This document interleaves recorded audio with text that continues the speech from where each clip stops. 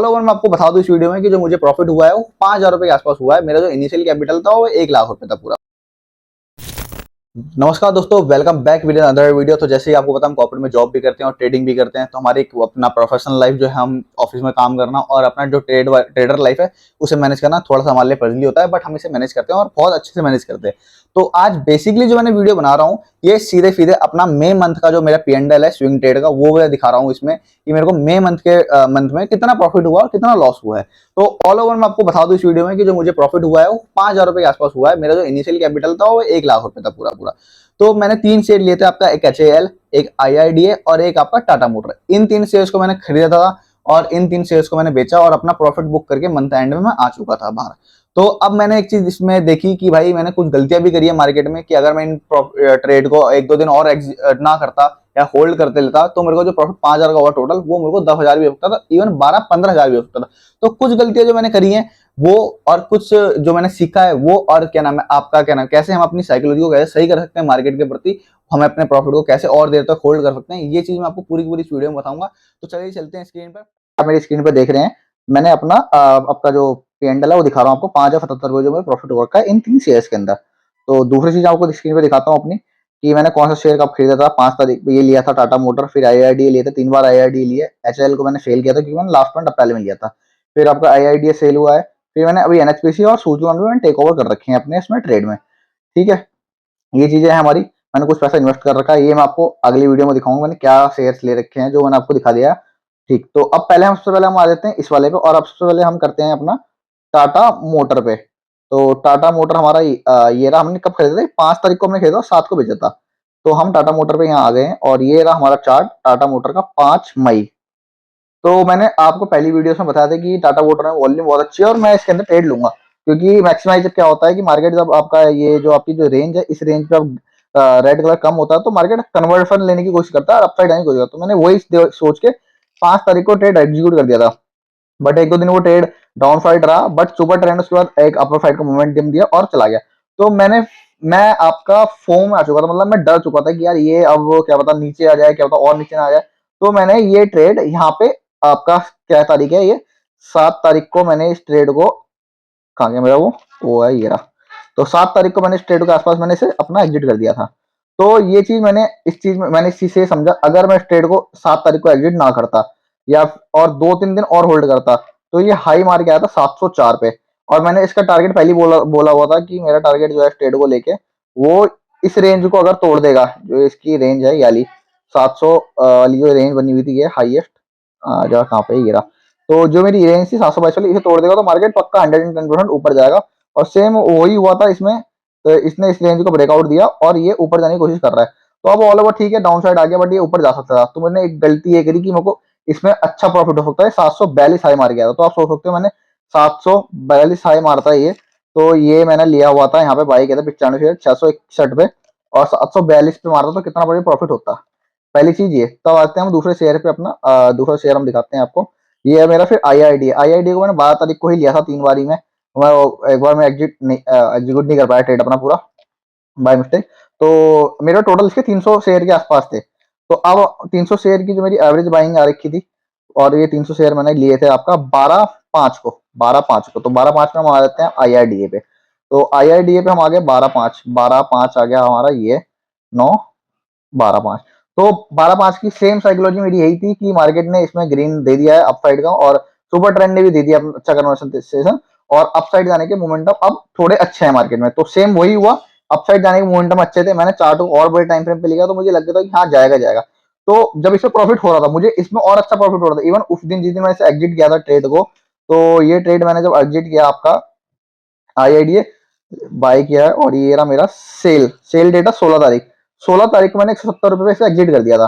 तो अब आप ये देखो, 16 तारीख का 12 तारीख को लिया था मैंने, 12, 13, 14, 15, 16, यहाँ पे मैंने इसे एग्जिट कर रहा, और ये अपना हाई क्या मार गया है, हाई 772 के आसपास मार गया। और उसके बाद 16 तारीख को ही इसने अपना 775, अगर मैं इस ट्रेड को होल्ड रखता तो 300 शेयर जो मैंने लिए थे आपका, मेरी एवरेज बाइंग जो आ गई थी IIDA पे, वो थी मेरी 165 के आसपास। तो टोटल ये 165 के आसपास मेरी इसकी एवरेज बाइंग थी। आसपास ही मैंने लिया हुआ था, तो 165 के आसपास थी। तो अगर मैं इसे 175 पे भी बेचता तो 3,000 का प्रॉफिट मेरे को कम से कम इसमें होता IRDA के अंदर। अब हमारा लास्ट शेयर आ जाते हैं हेल। हेल को मैंने लास्ट मंथ में लिया था, तो मेरी जो इसकी बाइंग थी, एवरेज बाइंग थी इसकी 4210 रुपए के आसपास मेरी इसकी एवरेज बाइंग थी। तो अब मैं आपको हेल का दिखाऊं, आपका हेल मेरा है ये 4210 रुपए, अप्रैल के एंड में लिया था मैंने यहाँ पे, ये आपका ये गया। इसके जब ये रेड कैंडल खत्म हो गई थी, यहाँ से मैंने इसे जब इसका MACD ने क्रॉस ओवर कर दिया तो मैंने 4210 के आसपास से ले लिया था। तो मैंने इसे जल्दी एग्जिट कर दिया, इसे ही मैंने सेम टू सेम करा, एग्जिट कर दिया। और ये इतना हाई मार के आया अपना, ये यहाँ पे 5100 तक मार के आया हाई। तो इसमें भी मैंने सेम गलती यही करी कि मैंने अपना ट्रेड जल्दी जल्दी एग्जीक्यूट कर दिया। अब मैंने एक चीज सीखी कि आप जब ट्रेड ले लो तो आपकी जो साइकोलॉजी मार्केट में, वो जैसे भी आप चल रहे हो चलो, और अपने जो इंडिकेटर है उस स्ट्रेटेजी पे अपने भरोसा करो। और कभी कभी ऐसा भी होता है कि हम स्ट्रेटेजी करते तो हैं, और उसे अगर हम स्विंग ट्रेड कर रहे हैं उसे हम और बड़े टाइम फ्रेम पे लेके जाएं, अगर मैं इसे और बड़े टाइम फ्रेम पे लेके जाता हूँ तो ये और अच्छा मोमेंटम दिखा रहा था, बट ये इतना टाइम मैं होल्ड नहीं कर सकता था 1-2 महीने के लिए, तो मैंने इसे एग्जिट कर दिया था। तो ऑल ओवर मुझे इस चीज से सीखने को मिला है कि भाई आपको अपना P&L नेगेटिव नहीं लेके जाना मंथ ऑफ द एंड, ठीक है। तो ये चीज आप मेरे हिसाब से समझ गए होंगे। और बाकी भाई देखो, एफएंडो जो करता है वो उसके लिए अलग चीज है। एफएंडो वाले के लिए भाई 24 घंटे स्क्रीन पे बैठना इजी होगा, बट मेरे लिए थोड़ा मुश्किल है 24 घंटे स्क्रीन पे बैठना। तो बाकी आपको ये जो शेयर मैंने ले रखे हैं इनकी कोई भी रिकमेंडेशन नहीं है, मैं आपको पहले ही बता रहा हूँ। और ऑलरेडी जो मैंने ये शेयर आपको मैंने इसमें चल रहे हैं मेरे, ये NHP से सोच रहा हूँ, इनकी भी कोई रिकमेंडेशन नहीं है। प्लीज मेरे बोलने पे इन शेयर को ना खरीदे कि भाई कल के दिन आप ले लो आपको लॉस हो जाए। भाई लॉस होगा तो मैं अपना लॉस मैंने डिसाइड कर रखा है इन ट्रेड में, कब मुझे लॉस होगा या क्या लॉस होगा, मैं क्या लॉस झेल सकता हूँ। तो मेरी ये कैपेसिटी अलग है लॉस की। बाकी आप अपने हिसाब से देख सकते हैं चार्ट्स को, अपने हिसाब से एनालाइज कर सकते हैं। स्ट्रेटेजी बिल्कुल काम करती है, सारी स्ट्रेटेजी मार्केट में काम करती है, बट डिपेंडेंसी ये है कि भाई आप पर्टिकुलर उस स्ट्रेटेजी को फॉलो करते रहो। आई आप कुछ भी एक्सपेक्टेड काम कर रहे हो, consistency is the key of success है। आप कंसिस्टेंटली काम करते रहो, वो पक्का 110% आपको रिजल्ट देगा ही देगा, आज नहीं तो कल, कल नहीं तो परसों। तो इन शेयर्स को लेके तो ठीक है, ये मेरे को जो भी प्रॉफिट हुआ XYZ। तो जैसे कि आपने स्क्रीन पे देख लिया कि मेरे को ऑल ओवर 5,000 रुपये प्रॉफिट हुआ है कि, और अगर मैं इसे थोड़ा और होल्ड करता तो ये प्रॉफिट 15,000 भी जा सकता था।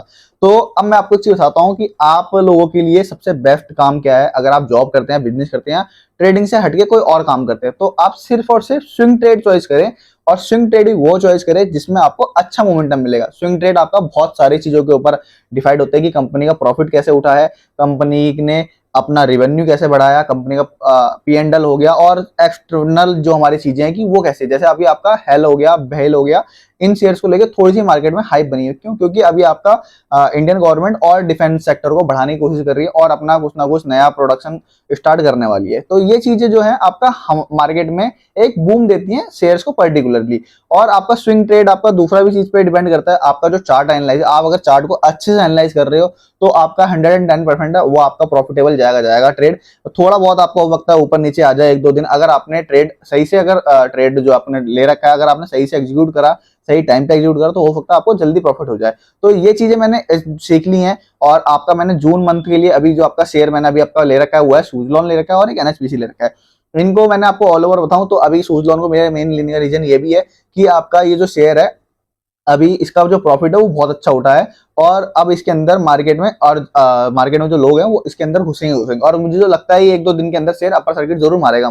तो अगर अपर सर्किट मारा तो मेरे को प्रॉफिट अच्छा खासा हो सकता है इसके अंदर। दूसरा मैंने ले रखा है NHPC का रिजल्ट भी इस बार थोड़ा अच्छा आया, ऑल ओवर मार्केट में ठीक था रिजल्ट इसका, और ये भी शेयर मुझे लग रहा है जो आपका आने वाले टाइम पे ऊपर जाएगा। तो मैं आपको पहले ही बता दूं, जो भी मैंने आपको शेयर्स के नाम लिए, आपका भेल, हेल, और आपका ये NHPC और आपका सुजलॉन, ये भी कोई शेयर्स की रिकमेंडेशन नहीं है।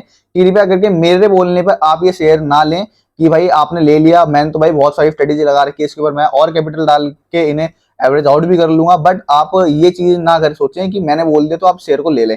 तो बहुत सारी चीजें हैं जो आपको अपनी नॉलेज के हिसाब से करनी है। और सबसे मेन चीज आपको जो इस वीडियो में बताऊं, आपको जो काम करना है वो यूट्यूब से देखे पढ़ो, कहीं से भी देख के पढ़ो, सब कुछ पढ़ते रहो। बट आपको मेन चीज ये ध्यान रखनी कि आपको किसी के बोलने पे टिप या कॉल नहीं लेनी है।